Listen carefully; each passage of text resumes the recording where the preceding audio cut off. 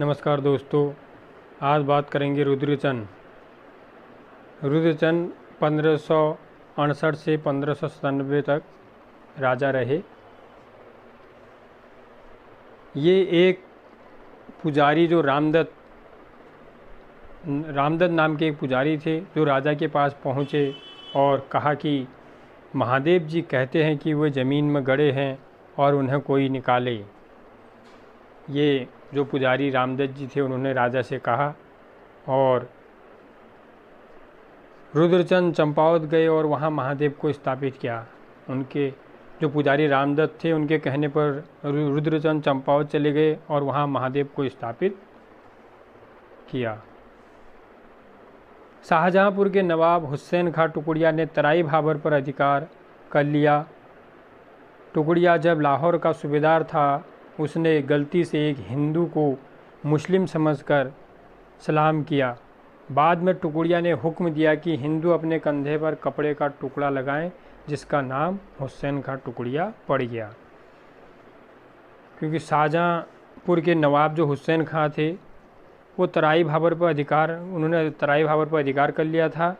टुकड़िया जब लाहौर का सूबेदार था तो उसने गलती से एक हिंदू को मुस्लिम समझकर क्या कर सलाम कर दिया। बाद में टुकड़िया ने हुक्म दिया कि हिंदू अपने कंधे पर एक कपड़े का टुकड़ा लगाएं, जिससे ये पहचान में आ जाए कि ये हिंदू है और ये मुस्लिम। इसलिए उसका नाम हुसैन खां टुकड़िया पड़ गया। जब बादशाह अकबर को खबर मिली तो टुकड़िया को वापस बुला लिया गया और लड़ाई में लगे घाव के कारण इसकी मृत्यु हो गई। रुद्रचंद ने तराई पर फिर से अधिकार कर लिया। जब उसकी शिकायत दिल्ली पहुंची तब नवाब कटघर सेना लेकर माल तराई भाबर पहुंचे। तब रुद्रचंद ने यह बात कही कि दोनों राजाओं के बीच युद्ध हो, जो जीतेगा तराई उसका होगा। रुद्रचंद ने तराई पर फिर से अधिकार कर लिया था और जिसकी शिकायत दिल्ली तक पहुंच गई, तब नवाब कटघर सेना लेकर माल जो है तराई भाबर को कहा जाता है, माल तराई भाबर पहुंचे। तब रुद्रचंद ने यह बात कही कि दोनों राजाओं के बीच युद्ध होगा। तो रुद्रचंद ने एक बात कही कि दोनों राजाओं के बीच युद्ध होगा, जो जीतेगा तराई उसका होगा। चंद सेना से रुद्रचंद प्रतिद्वंदी के रूप में आए थे, क्योंकि जो चंद वंश था उस चंद सेना से रुद्रचंद प्रतिद्वंदी के रूप में आए और भाग्यवश वो क्या हुए, जीत गए। इस युद्ध को इक्पा भी कहा जाता है। काफ़ी इंपॉर्टेंट सवाल है, किस युद्ध को इक्पा कहा जाता है, ये आता है। तो चंद सेना से रुद्रचंद प्रतिद्वंदी के रूप में आए और वो भाग्यवश जीत गए, इसलिए इस युद्ध को क्या कहा जाता है, इक्फा कहा जाता है। अकबर ने रुद्रचंद को नागौर की लड़ाई में भेजा। अकबर ने रुद्रचंद को नागौर की लड़ाई में भी भेजा था। अकबर ने रुद्रचंद को 84 माल का परगना और खिल्लत दी। 84 माल किसे कहा जाता है, तराई भाबर को। तो अकबर ने रुद्रचंद को 84 माल का परगना और खिल्लत दी। रुद्रचंद ने शाही मंत्री बीरबल को अपना पुरोहित बनाया। रुद्रचंद ने किसको अपना पुरोहित बनाया था, शाही मंत्री बीरबल को। दीपचंद के समय तक बीरबल के खानदान के लोग श्राद्धों में दस्तूर लेने आते थे। जब राजा दीपचंद रहे तब तक बीरबल के खानदान के जो लोग थे वो दस्तूर लेने के लिए आते थे। रुद्रचंद ने रुद्रपुर नगर बसाया। ये भी काफ़ी इम्पोर्टेंट है। रुद्रपुर नगर किसने बसाया था, रुद्रचंद। रुद्रपुर उधम सिंह नगर। दिल्ली से लौटने पर किला व महल का निर्माण करवाया। रुद्रचंद ने जब वो दिल्ली से लौटे तो किला व महल का निर्माण कराया था, जिसे मल्ला महल कहा जाता है। और मल्ला महल कहाँ है, अल्मोड़े में। ये भी काफ़ी इम्पोर्टेंट है। दिल्ली से मल्ला महल कहाँ है, तो ये अल्मोड़ा में है। इसने पक्षी आखेट कला पर शयन शास्त्र और द्विज मात्र के लिए धार्मिक और सामाजिक नियम से संबंधित त्रिवेणी धर्म निर्णय की रचना की। ये भी काफ़ी इम्पोर्टेंट है। इसने पक्षी आखेट कला पर शयन शास्त्र और द्विज मात्र के लिए धार्मिक और सामाजिक नियम से संबंधित त्रिवेणी धर्म निर्णय की रचना की। और रुद्रचंद के क्या थे, 2 पुत्र थे। एक शक्ति सिंह गोसाई जो बचपन से ही अंधे थे और दूसरा लक्ष्मी चंद।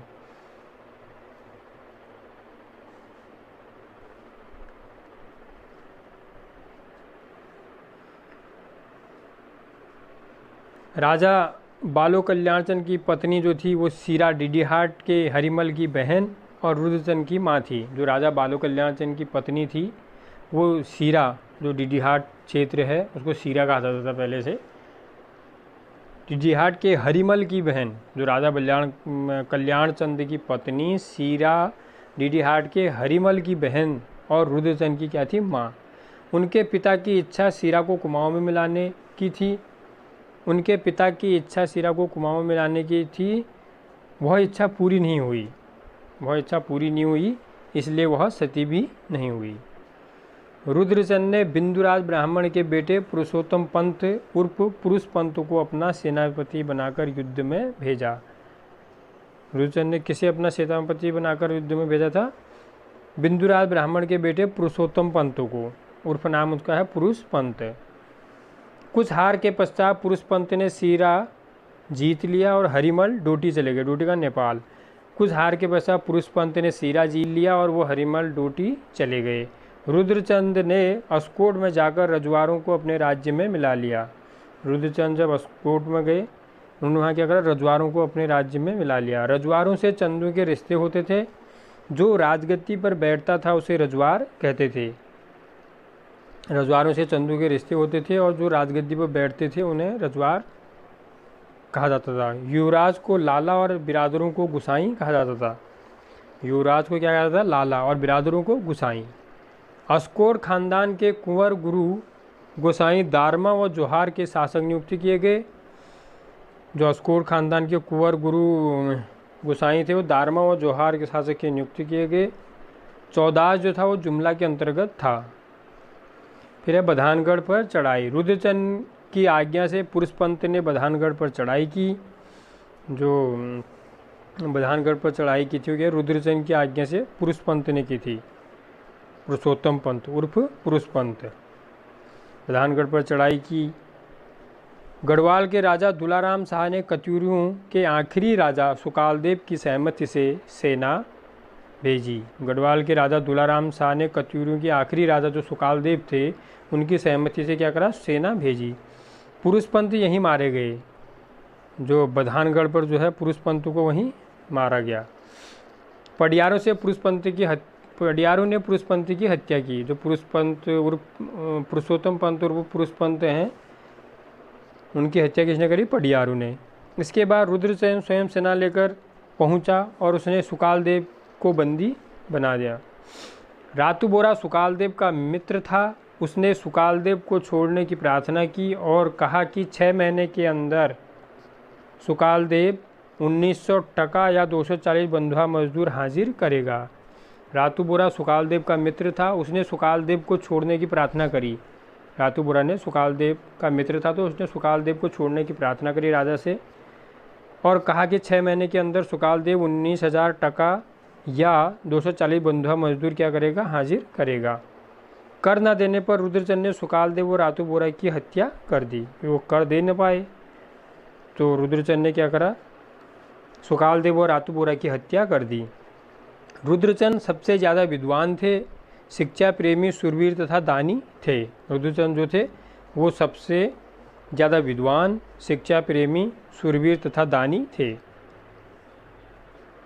इसने दिल्ली के बादशाह अकबर से भी सम्मान पाया था। जो रुद्रचंद है उन्होंने दिल्ली के बादशाह जो थे उस टाइम पर अकबर थे, उनसे भी सम्मान पाया था।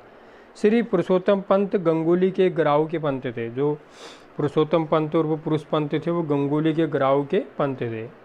तो आज इतना ही, फिर मिलते हैं अगले एपिसोड में। अभी तक जिन लोगों ने हमारे चैनल को सब्सक्राइब नहीं किया है वो सब्सक्राइब कर लें, शेयर कर लें, लाइक करें और धन्यवाद।